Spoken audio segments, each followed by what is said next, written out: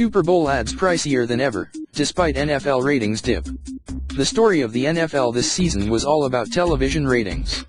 Viewership fell throughout the regular season, even after the election, and ended down some 8% on average.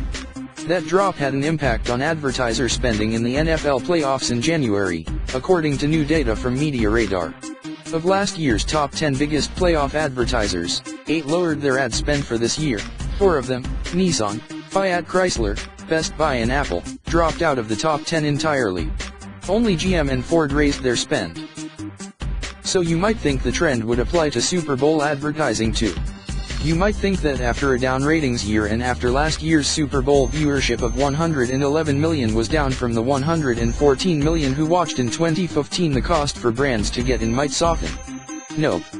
The cost of a 30-second Super Bowl ad has risen every year since 1970, $78,000, except for in 2007 and 2010.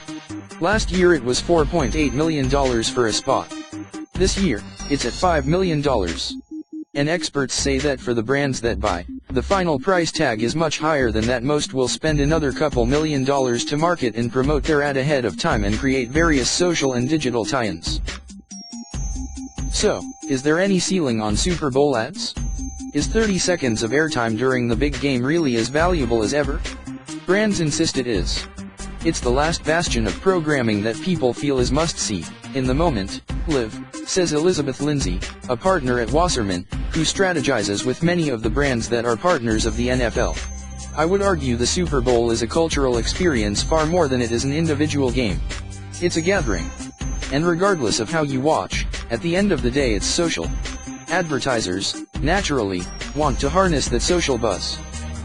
The 360 ad strategy in creating a moment. While many of the same brands are back for this year, they are very clearly trying to create big, buzzy moments.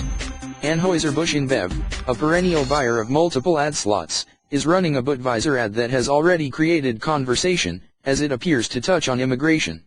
In the 60-second ad, an immigrant to America rides on an overcrowded ship, slogs through mud, and gets insults hurled at him by locals.